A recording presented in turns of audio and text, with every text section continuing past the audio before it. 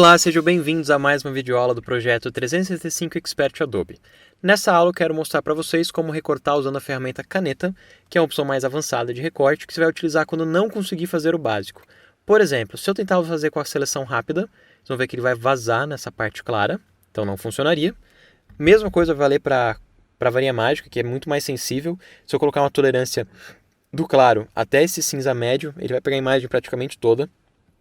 E a mesma coisa vai valer para o Color Range. Se eu vim em selecionar Color Range, pegar essa imagem aqui e eu começar a pegar todas as variações tonais que eu tenho aqui, eu já peguei aqui o carro inteiro. Então não tem chance aqui de eu recortar sem ser com a caneta. Então vamos ver como funciona a caneta. O que eu indico primeiro, comece de áreas pequenas, aqui de uma área menor. Use o painel Patch Caminho, muita gente negligencia ele. O painel Patch, vou colocar ele aqui do ladinho. E daí você pode recortar em partes. Eu vou pegar aqui a ferramenta Caneta, Pen Tool, vou deixar ela como caminho, com o painel caminho ligado, painel Patch e ferramenta Patch, na opção Patch. E daí o que eu vou fazer aqui, ó. Sempre que eu quero um ponto reto, eu dou um clique. Onde eu quiser um ponto curvo, eu quero fazer uma curva no objeto, eu clico e arrasto, definindo a direção da curva.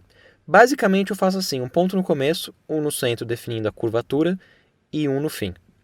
Tá? Esse do fim também precisa ter uma curvatura nesse caso. Eu vou clicar aqui em deletar para apagar esse ponto.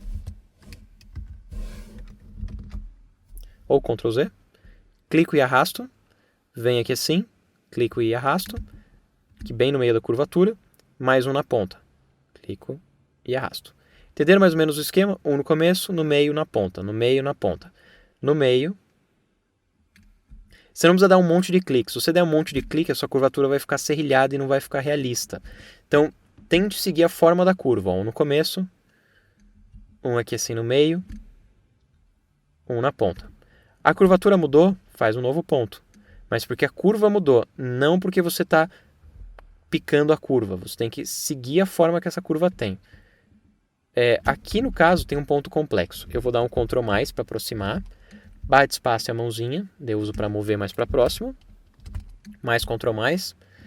E ó, aqui eu quero uma curva, Alt, clico e arrasto para voltar para o ponto que eu tinha e curvar um ponto antigo. Aqui é a mesma coisa, Alt, clique e arrasto. E daí eu clico de volta no que eu estava. Esse que eu estou aqui, eu tenho duas alças. Uma das alças eu quero rente. Então seguro o Alt, pego essa alça e deixo aqui mais rente. E essa eu posso definir que eu quero com uma curva para esse lado. Daí clico e arrasto aqui assim também. Tenho que voltar nessa alça, Alt, clico e arrasto essa alça, deixo mais rente. Clico no ponto onde eu parei. Sempre que você voltar para um ponto anterior, você tem que clicar no ponto que você parou para poder continuar. E daí eu faço uma curva aqui. Daí eu vou fazer aqui uma curva nessa região. E daí eu vou dar um Ctrl-, porque eu não preciso ficar tão afastado nessa parte. E daí, por exemplo, eu vou fechar aqui o pneu e parte do paralama para mostrar como é que seria o trabalho por partes. Ó, eu vou selecionar aqui assim. E pode fechar aqui assim e fechar no primeiro. Então eu peguei esse pedaço. Ao pegar esse pedaço, ele vai ficar aqui guardado. Clico no sinal de novo e aí eu poderia fazer um novo pedaço. Então, por exemplo, eu vou fazer aqui a borda do carro. Então eu vou pegar aqui assim, desse para-choque aqui. Fazer uma curva aqui assim. Vou fazer aqui no meio, vou ignorar essa parte de baixo do carro que é meio estranho. E vou pegar só a parte aqui que eu vou dar um Ctrl Z, que eu sem querer, em vez de pegar aqui com o Alt, eu peguei com um clique normal. Aí, Alt para corrigir a curva, que estava meio ruim. Clico no ponto que eu parei. Venho aqui, clico e arrasto para fazer a curva. Clico e arrasto para fazer uma curva. E aqui, como eu já tenho aquele outro ponto, eu vou fazer aqui direto aqui para dentro. Porque eu já tenho aquele outro patch pegando esse pedaço. E daí eu vou fazer um clique e arrasto aqui assim. Outro aqui assim. Eu estou fazendo meio grosseiro agora, só para explicar. E vou fazer um aqui em cima. Daí eu vou seguir essa parte aqui do carro. Venho aqui pelo meio. E fecho onde eu comecei, que foi ali.